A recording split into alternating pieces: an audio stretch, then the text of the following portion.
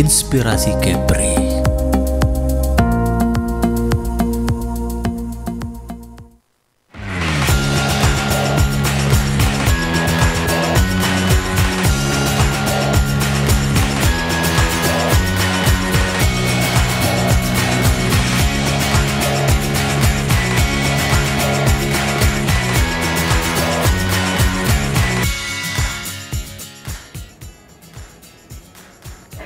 Ya, assalamualaikum warahmatullahi wabarakatuh dan selamat siang pemirsa Batam TV. Senang sekali kita bertemu kembali dalam program dialog khusus Batam Televisi sempena menyambut Hari Raya Idul Adha 10 Zulhijjah 1446 Hijriah yang bertepatan dengan 6 Juni 2025 besok hari. Dan seperti biasa yang kita ketahui, perayaan Hari Raya Idul Adha selalu identik dengan ibadah kurban. Dan berkurban dalam makna ajaran Islam memiliki makna yang mendalam. Bukan hanya sekedar menyembelih hewan, ibadah kurban adalah wujud ketaatan kepada Allah Subhanahu wa Ta'ala, rasa syukur kita atas nikmatnya dan bentuk kepedulian terhadap sesama, khususnya kaum duafa. Lalu seperti apa makna kurban selengkapnya, pemirsa? Dan bagaimana ketulusan berbagi yang kita teladani dari keikhlasan Nabi Ibrahim? Kita akan berbincang dengan narasumber kita hari ini, yaitu Ustadz Muhammad Bashir Daeng Pasabi, yang merupakan praktisi sembelih syariah. Langsung saja kita sapa beliau. Bapak Ustadz Muhammad Bashir, Pak. Yeah. Saya panggilnya Ustadz Bashir. Terima kasih untuk waktunya hadir di Batam TV kali ini, Pak. Dan mungkin bisa berbagi dengan pemirsa di rumah terkait makna dari ibadah kurban, Pak. Baik. Kita sapa sedikit, Pak, pemirsa di rumah, silakan. Baik, terima kasih. Assalamualaikum warahmatullahi wabarakatuh. Pemirsa, berbahagia sekali Allah Subhanahu wa Ta'ala takdirkan kita berjumpa dalam rangka membahas, berbincang tentang sesuatu, tentang diri kita sebetulnya, tentang ibadah kita, pengorbanan kita, dan seterusnya. Baik, Ustadz Bashir sebagai seorang praktisi sembelih syariah, ini kesibukannya seperti apa, Pak, biasanya? Ya, Ustadz, kita di forum silaturahmi takmir masjid dan musola pamit tamami, dari masjid ke masjid ada program subuh keliling, mensosialisasikan. Pas kebetulan saat ini kita sedang berhadapan dengan Hari Raya Kurban, bagaimana kita mempersembahkan kurban terbaik, kurban terindah, kurban yang maksimal sebagaimana yang diajarkan oleh Nabi Ibrahim, Nabi Ismail, dan Rasulullah Sallallahu Alaihi Wasallam. Artinya biasa setiap sebelum Idul Adha ini makin sibuk ya, Ustadz? Lumayan, hanya harus 24 jam, potong istirahat. Tapi pusatnya di Kota Batam atau di Kepri atau seperti apa? Di Batam. Kalau organisasi sendiri, Famit Tamami itu nasional di Jakarta. Kalau untuk praktisi sembelih sendiri, banyak sudah kawan-kawan yang aktif. Ada misalnya Juleha, Juru Sembelih Halal, dan kawan-kawan lain yang ikut mensosialisasikan bagaimana kita berkurban dengan baik, berkurban dengan kasih sayang. Karena walaupun judulnya memotong, tapi tetap kasih sayang dikedepankan. Tapi sedikit, Ustadz, mungkin kalau wilayah Kepri atau Batam sini kita tahu kan banyak pulau nih, pulau-pulau kecil yang agak jauh gitu. Itu biasanya gimana untuk praktisi sembelih hewan gitu? Teman-teman di daerah kita tularkan ilmu pengetahuan dengan kunjungan-kunjungan tadi dari masjid ke masjid. Lalu kawan-kawan yang ingin berkurban kita tampung, lalu disalurkan. Bagi mereka praktisi-praktisi sembelih yang ilmunya belum sampai, ya kita undang, ataupun nanti kita lakukan kunjungan sehingga mempersembahkan bahasa agamanya itu sembelih yang ihsan, sembelih yang indah, sembelih yang syar'i. Tapi kalau Ustadz menilai minat generasi muda di Kota Batam untuk menjadi praktisi sembelih syariah seperti apa? Saya kira harus diapresiasi karena ibadah kurban ini cukup diminati oleh generasi-generasi kita. Itu kan memupuk rasa jihad, semangat. Islam generasi tidak boleh penakut, berhadapan dengan darah, berhadapan dengan senjata tajam. Harus berani. Dengan benar dan baik tentunya. Berani tapi benar gitu ya? Bukan asal tajam, bukan asal potong. Baik. Baik Ustadz, mungkin kita kembali lagi ke tema kita hari ini, makna kurban, ketulusan berbagi, meneladani keikhlasan Nabi Ibrahim. Mungkin bisa ceritakan sedikit Ustadz mengenai sejarah ini, kenapa kita harus akhirnya berkurban gitu? Iya. Cinta itu harus disertai dengan pengorbanan. Dan pengorbanan tidak bisa dengan ucapan, tidak bisa dengan kata-kata, dia harus dengan aksi. Kegiatan nyata di lapangan. Dan pengorbanan terindah dalam sejarah itu adalah pengorbanan Nabi Ibrahim alaihissalam. Dia pernah berkorban 1000 kambing, 700 sapi, 1000 onta. Jangankan manusia, malaikat saja kagum. Banyak sekali, besar sekali. Belum pernah ada orang berkurban dengan jumlah yang sangat banyak seperti ini. Tapi apa kata Ibrahim? Waktu itu belum punya anak. Artinya sebelum kejadian sebelum kurban ini. Ini kan sejarah kurban setback ke belakang. Jangankan cuma sekedar hewan. Andai kata Allah memberikan kepadaku seorang anak, Allah memintanya, anakku pun akan kukorbankan dengan cara disembelih. Nah, ini di sana mulai. Artinya dia pernah berkata seperti itu. Pernah berucap seperti itu. Dikiranya malaikat main-main, enggak. Ibrahim sangat dalam. Ini urusan jiwa, urusan pengorbanan itu, urusan mengalirkan darah itu bukan urusan yang sederhana. Apalagi nantinya yang akan disembelih ini adalah harta benda kita. Maaf, Ibnu Abbas itu pernah menjelaskan bahwa andai kata Ismail tidak diganti dengan hewan, hari ini kita diperintah oleh Yang Maha Kuasa untuk menyembelih anak kita masing-masing. Tapi sudahlah, itu serahkan tugas kepada yang mampu, yaitu Ibrahim. Kita ambil bagian tugas yang kita bisa. Apa? Sembelih hewan.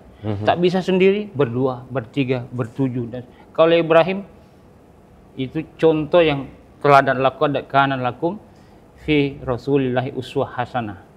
Kalau dalam surah Al-Mumtahanah, qad kanat lakum uswatun hasanatun fi Ibrahim walladzina ma'ah. Gitu. Insyaallah. Mungkin kalau kita meneladani nilai kasih sayang yang dari peristiwa tersebut, Ustadz, mungkin apa gitu? Jadi sayangilah sesuatu sebatas memang dia disayangi. Dalam arti Allah memberikan kasih sayangnya kepada anak, kepada harta. Bukan tidak boleh, boleh.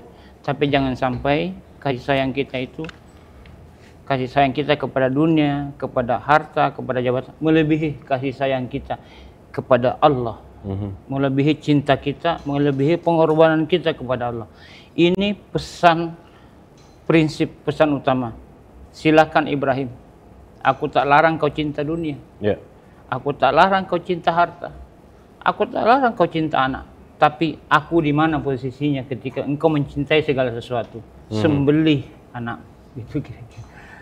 Potong leher anakmu dengan tanganmu sendiri, bukan dengan tangan orang lain. Masya Allah, ini pesan-pesan moral, kecintaan kepada Allah harus di atas segala-galanya. Seakan-akan Allah ingin mengatakan, aku tak mau, Ibrahim, aku tak mau ada cinta lain yang bersemayam di hatimu melebihi cintamu kepadaku. Kau boleh cinta anak, tapi jangan cintamu kepada anakmu melebihi cintamu kepadaku. Sembelih leher anakmu. Tapi aku rindu ya Allah. Itu anak 80 tahun aku bermunajat. Hadir dia, kau suruh potong.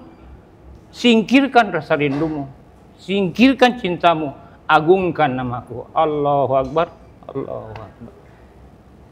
Pesan-pesan indah dari Al-Quran tentang keberadaan keluarga Ibrahim dan Ismail alaihissalam. Mungkin Ustadz bisa ceritakan sedikit sejarah atau peristiwa kurban seperti apa? Iya. Di sana kan ada istri pertama. Maksudnya istri pertama Nabi Ibrahim. Istri pertama Nabi Ibrahim namanya Siti Sarah. Siti Sarah. Sudah tua, tak kunjung beranak. Sementara Nabi harus punya keturunan. Dari mana keturunan sementara aku sudah tua? Kira-kira bahasanya begitu. Dibisikkanlah kepada suaminya, abang menikah aja. Jadi usul poligami itu bukan dari Ibrahim. Jangan pandai-pandai kita orang-orang zaman sekarang ini. Itu usul dari Siti Sarah, karena dia menyaksikan derita jiwa seorang ayah yang tidak memiliki keturunan, sementara keturunan waktu itu harus jadi nabi. Keturunan nabi jadi nabi. Lalu usullah kemudian. Itu pun ditolak oleh Ibrahim alaihissalam. Aku tak mau menyakiti perasaanmu sayang. Tidak bang, aku akan menerima. Sakit kau nanti. Setiap hari asal bangun tidur, poligami, bangun tidur, istri kedua, bangun tidur, istri muda. Ditagih terus ya. Akhirnya menikahlah. Nah, kalau sudah cuma memberikan isyarat oke, maka Siti Sarah lah yang memilihkan istri muda. Mempersembahkan Siti Hajar. Walaupun katanya itu pembantu, tapi cantik luar biasa. Tak mungkin seorang nabi memperistri orang yang bukan wanita pilihan. Dipilih oleh Siti Sarah. Kalau saya boleh izin Bunda Sarah, mewakili perasaan Bunda Sarah. Dia ingin sekali merasakan kasih sayang Ibrahim yang pernah dirasakan 80 tahun. Ingin sekali Bunda Sarah menularkan itu kepada artinya berbagi. Berbagi, Masya Allah. Mudah-mudahan ibu-ibu kita siap berbagi seperti ini. Amin. Nah, lalu menikah, dapat Ismail. Inilah cerita kurban itu. Dimulai atas perintah Allah. Mereka harus hijrah dari Palestina ke Mekah, 1000 km lebih, membawa cintanya, membawa perasaannya, membawa pengorbanannya. Jadi jangan indah-indah dulu yang dipikirkan masalah kawin dengan istri muda. Kalau istri muda, istri Nabi Ibrahim, istri yang penuh pengorbanan, penuh cinta, penuh ketaatan seorang Siti Hajar alaihissalam. Berarti dari Palestina ke Mekah gitu. Palestina ke Mekah. Hebron. Ya, gitu. 1000 km lebih jalan kaki. Masya Allah. Itu katanya ada peristiwa yang Siti Hajar ditinggalkan. Itu seperti apa? Setelah sampai ke kota Mekah, lalu Ibrahim mendapatkan tugas baru dari Allah sebagai seorang utusan Allah. Lalu ditinggalkanlah mereka berdua ini, ibu dan anak ini, di kota Mekah yang tandus, gersang, tidak ada pohon, tidak ada manusia, tidak ada tanda-tanda kehidupan. Ibrahim kalau Ibrahim ini tipe manusia yang tidak ada jadi ngaling-ngaling kalau Allah yang suruh. Potong, suruh sunat, potong. Hijrah, suruh hijrah, hijrah. Tinggalkan, hijrah kedua, ditinggalkan oleh Ibrahim. Sampai Siti Hajar berkata, "Fa'ina tazahabun?" Abah mau kemana? Diam. Ditanya lagi, diam. Ditanya lagi, Ibrahim, apakah ini perintah Allah? Ya. Kalau Allah yang suruh, tak ada kata tidak bagi Ibrahim alaihissalam. Subhanallah. Jadi perintah potong, perintah sunat, perintah hijrah, semua dijalankan Ibrahim tanpa teding aling-aling. Artinya Nabi Ibrahim tidak sempat membesarkan Nabi Ismail saat itu? Nabi Ismail itu dikenal dalam dunia sastra dalam rangkaian madrasah Siti Hajar. Jadi Hajar yang membesarkan selama 11 tahun itu buah hatinya seorang Ismail. Kalau istri baik, madrasah kita baik, anak-anak baik. Tapi kalau istri tak baik, Nabi Nuh, anaknya jadi. Nauzubillah min zalik. Nah, perintah kurban ini turun ketika sejarah menyebutkan usia beliau sudah 13 tahun. Usia Nabi Ismail. Usia Nabi Ismail. Tapi ketika dia dibawa ke Mekah itu kira-kira usia berapa, Ustaz? 13 tahun. Dari dibawa ke Mekah ya usia 0. Karena hari-hari, maaf, itu Siti Sarah mengasah pisau. Sehingga Ibrahim tanya, ini gambaran kecemburuan hati seorang perempuan madu. Dia pula hamil, aku tak hamil. Padahal aku sekian puluh tahun. Dia baru sebulan aja udah kena kawan tuh kan. Nah, jadi hari-hari mengasah pisau. Untuk apa Sarah pisau? Aku mau potong hidungnya, mau potong telinganya. itu pula yang membuat kau senang. Sarah, biar aku yang lakukan. Biar aku yang potong. Lalu dilakukan, itulah sejarah. Anting-anting telinga bagi perempuan di atas dan hitam turun ke bawah. Puas Siti Sarah? Tidak. Itulah kemudian mereka hijrah. Dibawalah si bayi yang masih kecil. Tak bisa dibayangkan kalau perempuan sedang emosi. Dengan begitu, sehingga secara manusiawi Nabi Ibrahim membawa istrinya hijrah, diperintah oleh Allah untuk ke Mekah. Bukan untuk senang-senang, untuk ditinggalkan di situ. Ditinggalkan selama 13 tahun. 13 tahun terjadi peristiwa yang sangat menggetarkan jiwa kita. Insya Allah. Tapi mungkin gambaran dari mungkin Nabi Ibrahim balik lagi ke Mekah dan tiba-tiba mau berkurban atau menyembelih. Iya, tentu sempat membangun dulu Mekah, menyusun batu. Ismail yang kasih, ini anak soleh, ya Allah. Ibrahim baru menatap Ismail, itu air matanya sudah berderai. Ya Allah, soleh sekali anakku ini. Bersama membangun yang makam Ibrahim gitu ya? Bukan makam itu tempat pijak. Tempat pijak. Tapi kalau yang dibangunnya adalah Ka'bah. Mereka berdua ini membangun Ka'bah. Berarti bisa kita bilang juga Nabi Ibrahim ini pendiri kota Mekah. Iya, pembangun kota Mekah. Mendiri awal ya bukan. Nah, membangun kota Mekah seperti berikutnya akan ada Zam-Zam dan segala macamnya. Nah, Nabiullah Ibrahim alaihissalam mendapatkan perintah itu bukan tanpa alasan. Allah tahu persis bahwa kalau perintah penyembelihan itu diserahkan kepada orang lain, tak akan sanggup. Hanya Ibrahimlah satu-satunya manusia sanggup diperintah untuk memotong anaknya. Sehingga Allah Subhanahu wa taala menurunkan perintah itu kepadanya. Dan itu sangat manusiawi proses perjalanannya. Dengan bertanya, ini apakah mimpi atau dari setan atau bukan? Karena 3 hari bermimpi, setelah final terakhir, kau kan disuruh potong anak, kok belum dilakukan? Akhirnya dilakukanlah. Sebelumnya lapor kepada ibundanya Ismail alaihissalam, Siti Hajar, Umi, dandani anakmu. Perhatikan, dandani anakmu. Aku mau ajak dia ketemu Allah Subhanahu wa taala. Beda bahasa Ibrahim ketika berhadapan dengan Ismail. Inni arafil manam anni azbahuka fanzur madza tara. Jadi kalau sama ibu, aku ajak anak ini ketemu Allah. Tapi kalau sama Ismail, aku potong lehernya. Kok berbeda? Memang harusnya begitu. Karena laki-laki dan perempuan berbeda dalam hal komunikasi. Ketika Ibrahim mendapatkan perintah itu, 3 hari ditunda. Hari pertama belum, hari kedua. Setelah mimpi, dia tunda lagi. 3 hari bermimpi. Mimpi bagi para nabi itu adalah wahyu. Lalu didatangi Hajar seperti tadi. Kemudian mimpi itu diceritakan kepada Ismail alaihissalam. Sayang, ini bahasa komunikasi seorang ayah yang merindu anaknya selama sekian puluh tahun. Aku diperintah Allah memotong lehermu. Bagaimana? Kita laksanakan atau tidak? Kerjakan atau tidak? Kalau andai kata Ismail bukan Ismail yang bin Ibrahim atau Ismail bin Basir misalnya, belum tentu jawabannya if'al ma tu'maru satajiduni insyaallahu minas sabirin. Kerjakan Abah.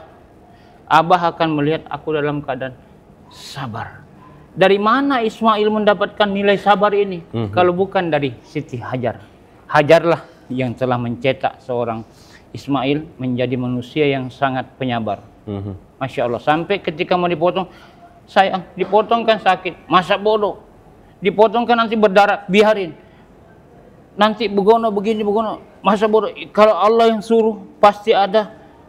Dari mana Ismail mendapatkan nilai-nilai itu kalau bukan dari seorang Hajar? Ibrahim pun terkejut sebetulnya. Anak ini begini, ternyata ibunya memang seorang ibu yang luar biasa. Orang sering menyebutnya Siti Hajar ini pembantu, kalau menurut saya bukan. Ya. Itu adalah ibunda, ya, mulia, ibunda Ismail, nenek moyangnya Rasulullah Sallallahu Alaihi Wasallam. Karena jangan lupa hadirin pemirsa, Ya.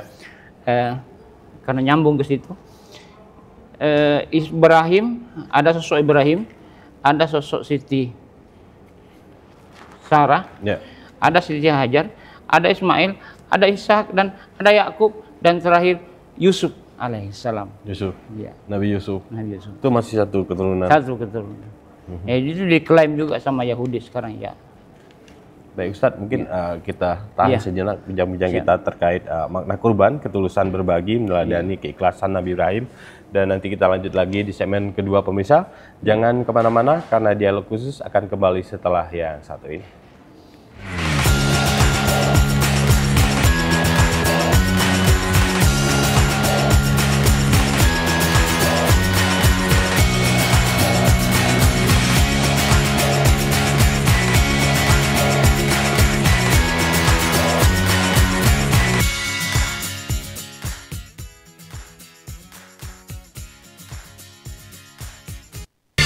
Temukan pesona alam yang memukau, petualangan seru, dan kuliner lezat yang hanya ada di Batam.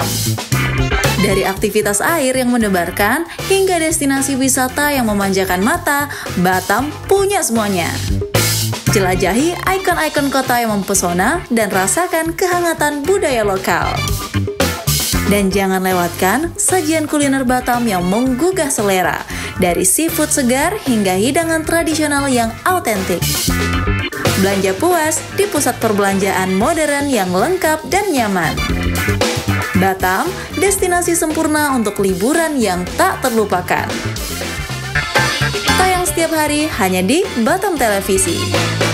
Amazing Batam, enjoy the new city.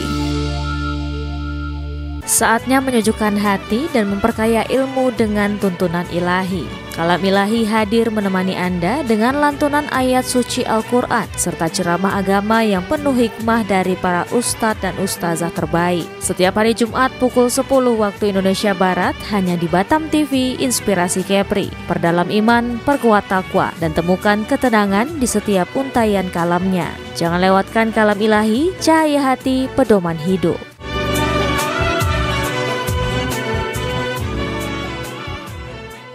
Di tengah dinamika kehidupan, kasih dan iman menjadi pegangan yang kokoh untuk jiwa yang merindukan kedamaian. Kasih membangun, iman menguatkan. Kasih dan iman hadir untuk menemani perjalanan rohanimu. Saksikan Kasih dan Iman, program rohani Kristiani yang membawa inspirasi, penguatan iman, dan pesan kasih dari firman Tuhan untuk masyarakat Kepulauan Riau. Hadir setiap hari Minggu pukul 13 waktu Indonesia Barat hanya di Batam Televisi Inspirasi Kepri.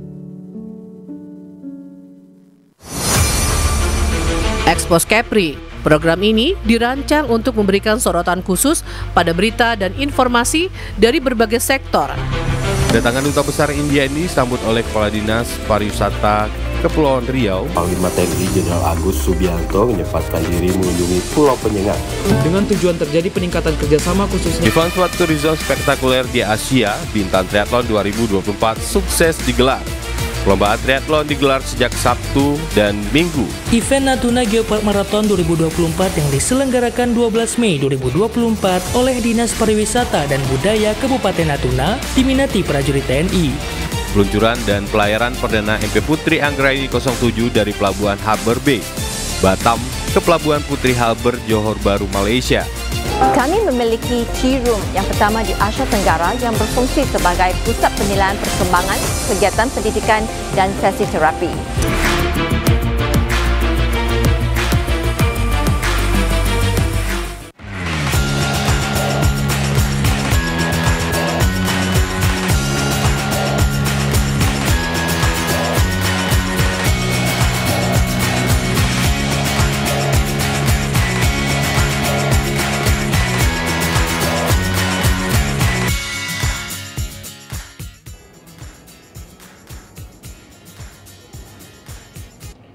Ya, bisa Batam TV, terima kasih Anda masih bersama kami di dialog khusus dalam rangka kita menyambut Hari Raya Idul Adha 10 Zulhijjah 1446 Hijriah besok hari.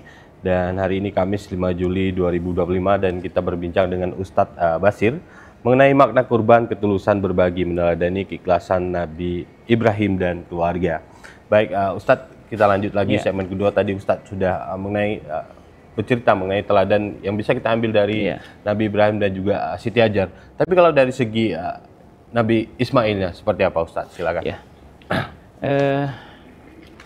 Ismail ini hasil dari sebuah doa yang sangat panjang dari Ibrahim yang kita kenal dengan Rabbi habli minas solihin. Itu Ibrahim punya mimbar, punya mihrab. Setiap masuk ke mihrab itu meminta untuk dihadirkan seorang anak yang soleh. Dan kesolehan Ismail alaihissalam itu menjadi cerminan berikutnya sejarah perjalanan Ibrahim diwarnai dengan kesolehan seorang anak ini. Pemirsa Batam TV yang dirahmati Allah Subhanahu wa Ta'ala, kita berkurban tidak bisa terlepas dari sejarah Ismail. Pengorbanan seorang anak yang rela patuh dan taat kepada ayahnya, padahal yang diancam adalah nyawanya. Ibrahim sama sekali tidak tahu kalau ending cerita sejarah ini dia hanya diuji oleh Allah. Yang ada di bayangan Ibrahim, selesailah anakku, kepotonglah anakku, kepotonglah cintaku kepada dunia, kepotonglah cintaku kepada Ismail. Itu yang ada di benak. Ketika Ibrahim mengangkat pisau hendak memotong leher Ismail yang diperintahkan oleh Allah, secepat kilat itu pula manusia menukar Ismail dengan sembelihan bizibihin azim. Zibihin azim itu disebutkan dalam Al-Quran adalah disebutkan dalam sejarah adalah kurban ananda Adam alaihissalam yang bernama Habil. Ananda Adam punya dua anak, Habil dan Kabil. Kabil korbannya berupa buah-buahan ditolak oleh Allah, tapi Habil diterima korbannya oleh Allah, diturunkan pada saat hari penyembelihan Ismail. Sehingga pada hari ini, inilah menjadi suri teladan kita. Kita menyembelih sapi, menyembelih kambing, bahkan menyembelih onta, mengambil sejarah perjalanan sembelih kurban yang dilakukan oleh Ibrahim alaihissalam sebagai bukti cinta kepada Allah, mengorbankan cinta kepada dunia dengan penyembelihan hewan kurban seperti yang kita jalankan insya Allah besok hari. Baik, tapi kalau untuk tata cara sendiri berkurban sesuai syariat Islam yang diajarkan di Al-Quran, mungkin Ustadz seperti apa gitu? Rasulullah SAW bersabda dalam hadis yang sangat ini familiar nih di tengah kurban. Inna Allah katabal ihsana ala kulli syai. Sesungguhnya Allah memerintahkan berbuat ihsan atas segala sesuatu. Ketika kamu membunuh, bunuhlah dengan baik. Dan ketika kamu menyembelih, sembelihlah dengan baik. Tentang sembelihan ini dilanjutkan dalam hadis itu agar ada yang menjadi tukang asah. Berprofesi sebagai mengasah. Jangan sampai menghadirkan alat sembelih yang tumpul. Artinya kalau bisa pakai ahli yang orang ahli untuk mengasah gitu. Iya. Bahkan tajam itu kan memang disebut oleh Rasulullah SAW. Hendaklah kamu ada yang menajamkan pisau. Karena kenapa unsur faktor tajam ini menjadi perhatian? Karena ternyata disembelih dengan alat yang tidak tajam, di samping menyakitkan, juga akan berdampak secara anatomi. Ada orang yang menyembelih sampai digergaji, yakinlah bahwa dagingnya keras dan bau. Ini hasil penelitian di Hannover, Jerman. Ada sebuah universitas Hannover, Jerman melakukan penelitian 200 ekor sapi, satu disembelih dengan cara Islami, dengan cara kita, dengan golok yang tajam. Ini bukan apa kriminal atau artinya ini pernah diteliti. Ini pernah diteliti. Bagaimana menciptakan formulasi golok yang tajam? Ya tentu dengan baja yang bagus, tentu dengan pisau yang bagus, tentu dengan merek-merek ternama yang bagus, yang meyakinkan bahwa ini dengan sekali dorong putus. Kenapa? Karena Rasulullah SAW bersama Sayyidina Ali pernah memotong 100 ekor binatang, 70 sama Rasulullah, 30 sama Sayyidina Ali. Sekali seret, dorong. Terus apakah dorong, apakah tarik? Kalau saran kita dengan tajamnya seperti yang dipakai oleh kawan-kawan adalah dengan cara mendorong. Dorong ini kaitannya dengan membuang, menolak, mendorong. Kalau tarik rawan dengan ketajaman yang maksimal, usus bisa terburai. Artinya sekali dorong gitu? Sekali dorong. Ada teknis dan tata caranya sudah disampaikan di setiap pelatihan. Dan hewan yang dieksekusi dengan cara tidak ihsan, itu di samping bau, bahkan bisa jadi jatuh haram karena menyakiti. Tidak boleh ada kezaliman, walaupun judulnya sembelih, walaupun judulnya memotong, walaupun judulnya membunuh. Inilah hebatnya, luar biasanya agama yang kita cintai ini. Allah Subhanahu wa Ta'ala perintahkan ihsan dalam hal segala hal, termasuk dalam hal menyembelih. Harus ihsan, harus dengan baik, harus dengan 3 detik pertama hasil penelitian di universitas, insya Allah tidak merasakan sakit. Tapi kalau sudah lebih dari 3 detik, dia akan sakit. Inilah diperlukan namanya formulasi alat asah yang tajam. Artinya harus cepat gitu. Tajam dan cepat. Untuk tajam dan cepat harus dengan teknik, dengan jagal yang profesional. Tentunya dengan sebelumnya memasrahkan diri kepada Allah Subhanahu wa Ta'ala. Paling baik, paling cepat, paling tajam, paling disukai oleh Allah Subhanahu wa Ta'ala. Jangan ada penyiksaan, dalam arti penyiksaan karena alat sembelihnya terlalu lama di leher. Tapi kalau untuk penempatan hewan kurban itu, mungkin ada keseragaman nggak Ustadz? Mungkin harus lehernya ke mana atau seperti apa gitu? Yang penting dia badan menghadap ke kiblat. Itu saya dulu. Menghadap ke kiblat, secepat-cepatnya, setajam-tajamnya, cukup. Ini kalau untuk memilih hewan kurban yang baik seperti apa Ustadz? Ada rumus 5-3-2. 2-3-5, kambing 2 tahun, 3 tahunnya itu sapi, onta 5 tahun. 2-3-5. 2-3-5. Ini juga saya penasaran Ustadz. Ada yang bilang kalau kayak sapi nih bisa untuk 5 orang atau kambing bisa untuk 2 orang. Boleh. Itu seperti apa? Bisa saja, boleh. Bahkan kalau Rasulullah ini adalah korbannya Muhammad, keluarganya Muhammad dan untuk umatnya Muhammad. Itu 1 ekor. Jadi jangan terlalu matematis di dalam jumlah sehingga kita tidak berkurban gitu. Kalau Nabi Ibrahim tadi 1000 kambing, 700 sapi, 300 onta. 300 onta. Maksimal. Baik Ustadz, sebagai praktisi sembelih hewan, ini kalau di Indonesia sendiri, ini sudah diseragamkan tata cara penyembelihan hewan kurban atau seperti apa Ustadz? Kita sudah berupaya untuk sosialisasi, pelatihan, tapi ada saja yang menjadi tantangan terberat kami sekarang ini adalah berhadapan dengan jagal-jagal yang masih membawa ilmu dan tradisi lama. Ya, diikat, dibanting, dijirat, kembang ini, kembang kiri kanan, segala. Ini sangat menodai persembahan hewan kurban yang baik kepada Allah Subhanahu wa Ta'ala. Kita berkorban, ada hewan yang sampai lari dari Rasulullah, kemudian ditanya, kau kenapa lari? Saya tidak mau disembelih sama dia. Kenapa tidak mau disembelih? Kan dia tuanmu, dia memeliharamu. Sholatnya tidak beres.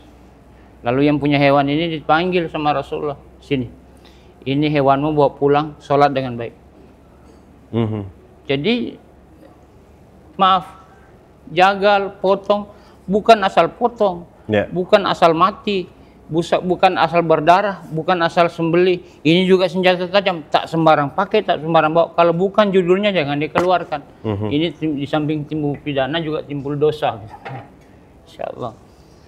Nah, kawan-kawan praktisi sembelih, luruskan hati, luruskan niat, karena kita ini, saya beberapa daerah ada pertanyaan, di mana engkau simpan nyawanya? Saya bilang, bukan saya yang taruh, bukan saya yang kasih, dan bukan saya yang punya. Tugas saya hanya maksimal syariah, menyembelih, selesai. Ini pertanyaan tadi yang suka nyeleneh begini nih, yang kadang-kadang menghalangi kita untuk ihsan maksimal dalam berkurban, insyaallah. Tapi biasa di lapangan, Ustadz, biasa masalah-masalah lain yang biasa dihadapi sebagai praktisi sembelih syariah, itu menghadapi masyarakat biasanya seperti apa? Ya, kita banyak melakukan pelatihan, pendekatan, karena ini ibadah, jangan lupa. Ini bukan sekedar mati, tapi ini adalah ibadah hasil untuk disedekahkan, akan dikonsumsi. Jangan sampai nanti menimbulkan hal-hal lain. Dengan maka kita korban syariah ini lawannya korban kepada berhala. Jadi kalau kita tidak berkorban karena syariah, ya karena berhala begitu. Karena berhala. Iya. Tidak kepada Allah. Mungkin Ustadz, bagaimana pentingnya edukasi ini kepada masyarakat ini agar tidak hanya melaksanakan kurban sebagai rutinitas, tetapi juga memahami nilai spiritualnya seperti apa? Iya. Allah yang maha besar. Allah yang menganugerahkan apapun yang diperintahkan menjadi ibadah. Kalau hari ini kita diperintah Allah untuk menyembelih hewan kurban, alhamdulillah. Kalau mengacu pada sejarah Nabi Ibrahim, kan disuruhnya potong anak. Betapa maha besar kasih sayang Allah Subhanahu wa taala. Perintah yang senilai dengan itu, perintah bahkan yang sama besarnya dengan perintah menyembelih seorang Ismail, Allah cukup hadirkan dengan kita mengganti menyembelih dengan kambing, sapi ataupun kerbau dan sejenisnya. Nilainya sama, pahalanya sama. Bahkan korban-korban yang hewan-hewan ini kan sejarahnya adalah masa depannya nanti kendaraan kita di surga. Kendaraan yang kita korbankan. Lebih baik sekarang kita berkurban daripada nanti tiba masanya kita malah menjadi korban. Insya Allah. Baik, mungkin Ustadz, apa hukum dan etika yang mungkin harus kita jaga saat kita berkurban, termasuk dalam perlakuan terhadap hewan sebelum dan sesudah disembelih, seperti apa? Masya Allah, kalau kita lihat kurban ini sejarahnya dari Habil, putra dari Nabi Adam yang kurbannya diterima. Jadi korban ini, kalau ada korban yang diterima, ada korban yang ditolak. Saya menemukan sebuah tempat korban yang kambing kurapan, cacingan, kudisan. Ya Allah, ini persembahan untuk Allah, kok begini-begininya gitu. Ada lagi kita jumpa dengan manusia yang terlalu cerewet masalah harga. Padahal ya Allah, kita tahu persis para pedagang, para peternak tidak gila-gilaan dalam, saya bela dalam hal ini terus terang untuk jeripaya mereka menghasilkan hasil kurban. Banyak yang memang melakukan hal-hal yang perlu kita edukasi agar hewan-hewan kurban ini sehat. Hewan kurban ini dikontrol bahkan oleh kementerian terkait, oleh dinas terkait, agar betul-betul hewan kurban yang mau kita persembahkan kepada itu untuk Allah. Ya, memang dagingnya kita makan, tapi kan atas namanya untuk Allah Subhanahu wa taala. Insyaallah.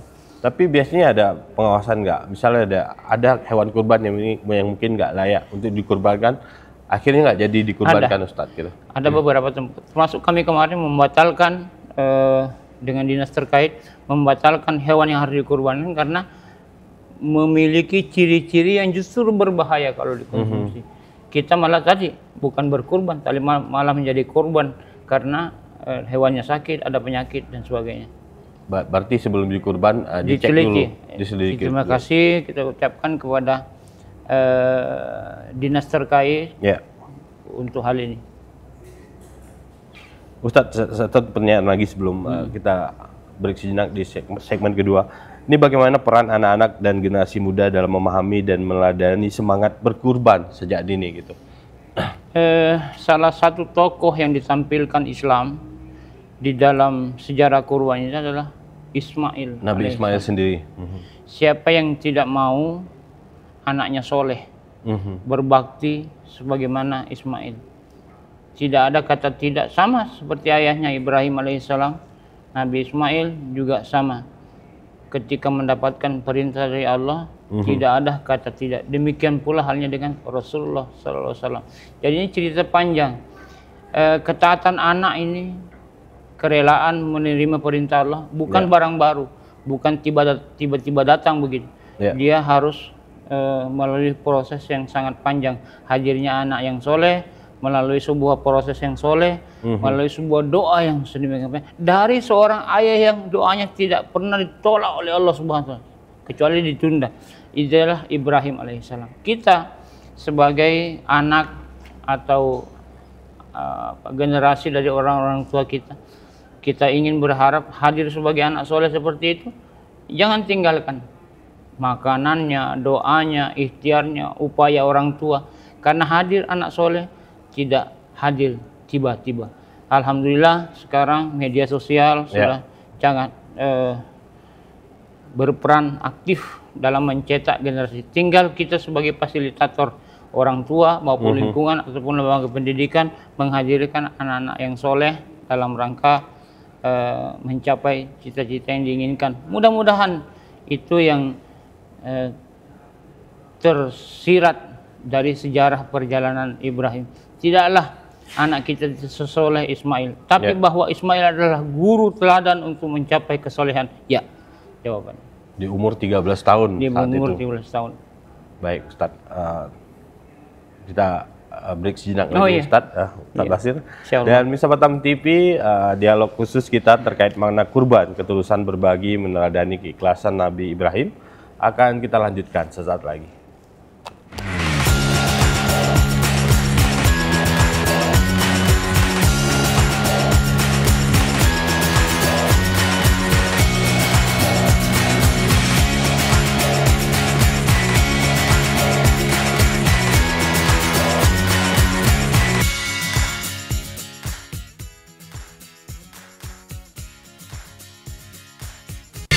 Temukan pesona alam yang memukau, petualangan seru, dan kuliner lezat yang hanya ada di Batam.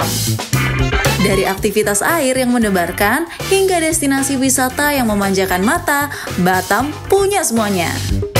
Jelajahi ikon-ikon kota yang mempesona dan rasakan kehangatan budaya lokal. Dan jangan lewatkan sajian kuliner Batam yang menggugah selera, dari seafood segar hingga hidangan tradisional yang autentik.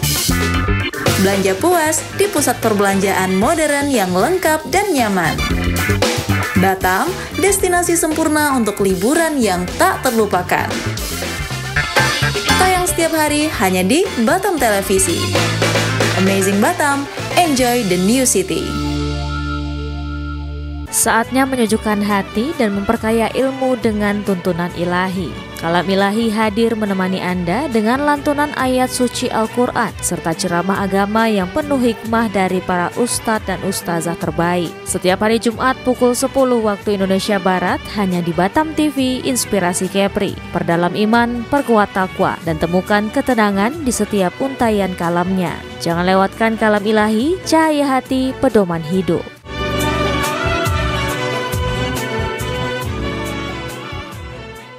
Di tengah dinamika kehidupan, kasih dan iman menjadi pegangan yang kokoh untuk jiwa yang merindukan kedamaian. Kasih membangun, iman menguatkan. Kasih dan iman hadir untuk menemani perjalanan rohanimu. Saksikan Kasih dan Iman, program rohani Kristiani yang membawa inspirasi, penguatan iman, dan pesan kasih dari firman Tuhan untuk masyarakat Kepulauan Riau. Hadir setiap hari Minggu pukul 13 waktu Indonesia Barat hanya di Batam Televisi Inspirasi Kepri.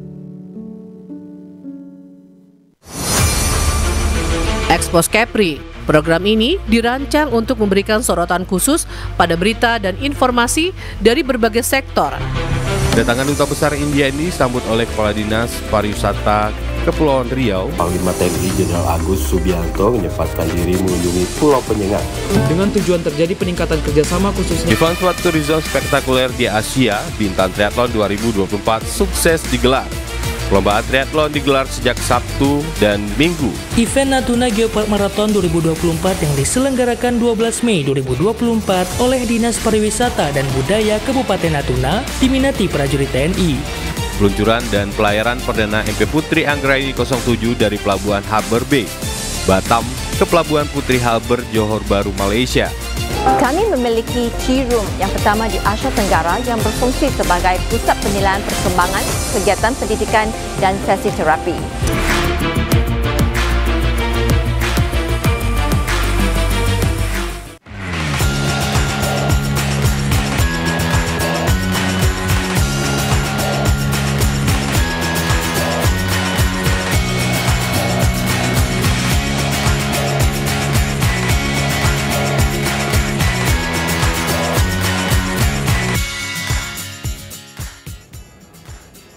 Ya, baik sahabat NBP, terima kasih Anda masih bersama kami di dialog khusus terkait makna kurban, ketulusan berbagi, meneladani keikhlasan Nabi Ibrahim. Dan kita masih berbincang bersama Ustadz Muhammad Basir Daeng Pasabi yang merupakan praktisi sembelih syariah. Kita masuk di segmen ketiga. Ustadz, kita lanjutkan lagi bincang-bincang kita di segmen ketiga ini, Pak.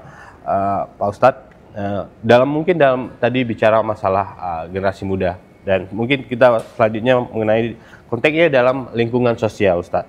Bagaimana ibadah kurban ini bisa menjadi jembatan memperkuat ukhuwah dan solidaritas antar umat, gitu. Betul. Jadi sebagaimana asal katanya, kurban ini adalah korobaya korobu kurbanan. Artinya kita dalam rangka mendekatkan diri kepada Allah dengan cara mengalirkan darah hewan. Tentu karena hubungan emosional kita dengan Allah dijembatani dengan amal sosial. Amal kebajikan daging ini akan dibagi-bagikan kepada yang berhak menerimanya. Nah, sehingga ibadah kurban dalam rangka mengikis sifat-sifat setan yang ada pada diri kita. Kan dari awal setan ini menjadi musuh yang nyata, gitu. Termasuk ketika menghadapi Bunda Hajar, setan berbisik, ibu macam apa kau? Kok anakmu kau relakan? Kata Hajar, memang kenapa anakku? Anakmu mau dipotong sama bapaknya, kok kau diam aja? Kau pasti bohong. Jadi perlawanan dengan setan ini dari awal. Karena setan pun sebetulnya tidak tahu kalau Ismail itu akan diganti, nggak bocor rahasia ini oleh Allah sendiri pegang. Setan pun nggak tahu gitu. Setan pun terpedaya. Nah, ibadah kurban mengikis sifat-sifat setan yang bahwa kita yang jadi pekurban jangan jadi setan. Karena itu kan intinya pesan moralnya begitu. Bagaimana dengan kurban ini kita meningkatkan ukhuwah Islamiyah. Tidak ada lagi sekat-sekat perbedaan entah dengan hilafiyah, dengan judul-judul lain, sehingga ibadah kita tidak maksimal kepada Allah. Ada sekat-sekat yang kita bangun sendiri, padahal sudah dikikis oleh agama ini, agar kita tidak lagi mempertajam perbedaan, tidak lagi menjadikan sebagai alat untuk bermusuhan. Kurban contohkan, mari dengan kurban ini bersama-sama kita datangi masjid, kita lepas warna-warna kita pribadi masing-masing. Lepas dari siapa kita gitu. Kita agungkan Allah, sebagaimana takbiran, besarkan Allah. Yang ada hanya untuk kemuliaan agama kita, memuliakan nilai-nilai kemanusiaan kita, sehingga tidak terjadi lagi fiksi-fiksi, pertentangan, perselisihan, perbedaan. Di dalam kurban inilah kita menemukan edukasi-edukasi yang sangat baik secara manusiawi, secara sosial, keagamaan, dan lain sebagainya. Amin. Baik Ustadz, mungkin sekarang seiring perkembangan teknologi dan juga media, mungkin ada pelaksanaan kurban itu, ini yang akhirnya kayak dari sapi misalnya, kambing itu diolah menjadi kornet atau misalnya sosis, itu pendapat Ustadz seperti apa? Baik, boleh, dan itu di negara-negara besar seperti negara-negara penghasil hewan kurban memang dikornet kemudian dikirimkan ke negara-negara atau ke daerah-daerah yang minus. Yang penting tidak menyalahi dan tidak melanggar ketentuan-ketentuan syariah. Seperti misalnya yang mestinya mendapat di sekitar situ malah tidak mendapatkan apa, kemudian dibagi ke tempat lain. Belum hari hanya sudah dipotong, atau nanti malah lebih melampaui hari tasrik sampai 4 hari. Demikian. Insyaallah. Ustadz, ini kan besok kita lebaran haji ya, gitu, Ustadz. Mungkin apa pesan Ustadz untuk praktisi sembelih syariah atau praktisi kurban di Kota Batam sendiri? Hal-hal apa yang perlu mereka perhatikan gitu? Perhatikan satu, niat. Orang yang bisa menjagal rawan sekali tertimpa penyakit kesombongan. Sementara sombong itu bisa menyebabkan seorang masuk neraka Allah. Artinya niatnya perlu diluruskan ya, Ustaz. Masa gara-gara berkurban kita menjadi dihukum oleh Allah Subhanahu wa taala. Persembahkan kasih sayang kita semata-mata kan karena apa? Seorang jagal ya mampu dengan skillnya itu sangat mudah karena perasaan kita ini kan dari awal mau melawan setan. Tapi dengan profesi jagal yang tidak memperhatikan adab-adab, tidak memperhatikan eksistensi dirinya, dia bisa terkena. Bayangkan misalnya, orang bisa dengan skillnya, leher sapi yang begitu besar, bisa sekali ditarik, putus. Seharusnya kemampuan seperti ini menyebabkan dia tawadu, menyebabkan dia rendah hati, bukan menyebabkan wah gua paling bisa loh. Terus dipuji-puji gitu. Itu jangan sampai terjadi. Itu berbahaya di dalam syariat kurban. Kemudian silakan. Jangan pernah berhenti belajar, karena di atas langit ada langit. Pelatihan senantiasa kita adakan agar kita maksimal dalam penyelenggaraan ibadah kurban, agar kita betul-betul bisa mempersembahkan yang kurban yang ihsan, kurban yang baik, kurban yang sesuai dengan ketentuan-ketentuan syariah, insya Allah. Mungkin kalau sedikit, kalau untuk peralatan apa yang perlu disiapkan? Nah, tajam tentu menjadi wajib. Menyiksa hewan dengan alat sembelih yang tidak tajam bisa jatuh haram. Kalau menyembelih haram karena faktor sembelihannya tentu berdosa, tentu hewannya tidak boleh dimakan dan ini menyalahi. Jadi makanya perlu apa contoh daripada sembelihan yang haram? Digebukin sampai berdarah-darah, sampai patah, sampai sobek telinganya, tidak boleh dikurbankan. Tidak sah kurban kalau hewan itu merasa tersiksa mungkin ya. Mengalami cacat, bukan merasa tersiksa, mengalami cacat, patah tulang, sobek dan sebagainya. Ini seorang jagal harus bisa melakukan tindakan-tindakan yang bukan manusiawi manusiawi lah katakan begitu. Memperlakukan hewan dengan kasih sayang, tidak menyiksa, tidak menjerat, tidak membanting, termasuk dengan tajamnya alat sembelihan supaya hewan tidak tersiksa. Gitu. Baik. Nah terakhir Ustadz, ini apa pesan Ustadz kepada umat Muslim agar menjadikan momen kurban sebagai ajang muhasabah dan memperbaiki diri? Iya, kita kurban demi Allah, kita kurban menyembelih sifat-sifat setan. Semoga darah-darah setan yang ada di badan ini mengalirlah dia seperti mengalirnya darah hewan kurban. Insya Allah kurban kita diterima Allah Subhanahu wa ta'ala. Bismillahi Allahu Akbar. Baik. Mungkin ucapan selamat sedikit untuk perayaan Idul Adha besok. Kami terutama dari saya pribadi dan keluarga besar Forum Silaturahmi Takmir Masjid dan Musola masih di bawah pimpinan Bang Haji Romai Rama Jakarta menyampaikan selamat Idul Adha. Semoga yang sedang melaksanakan ibadah kurban diterima oleh Allah Subhanahu wa taala dan semoga saudara-saudara kita yang sedang menempuh ibadah melaksanakan ibadah haji menjadi haji yang mabrur, dan semoga kami, mungkin juga presenter kita, belum dipanggil untuk melaksanakan ibadah haji, dipanggil, dimampukan oleh Allah lewat tangan-tangan hamba Allah, pemirsa Batam TV dimanapun berada. Terima kasih. Ya Rabbal Alamin. Terima kasih sekali lagi Ustadz. Amin. Untuk hari ini sudah berbagi dengan pemirsa di rumah panjang lebar mengenai keteladanan dari Nabi Ibrahim, Nabi Ismail, dan juga dari sisi Siti Hajar, dan juga tata cara bagaimana menyembelih hewan kurban secara Islami dan makna spiritual di balik ibadah tersebut. Baik, terima kasih Ustadz. Sehat selalu.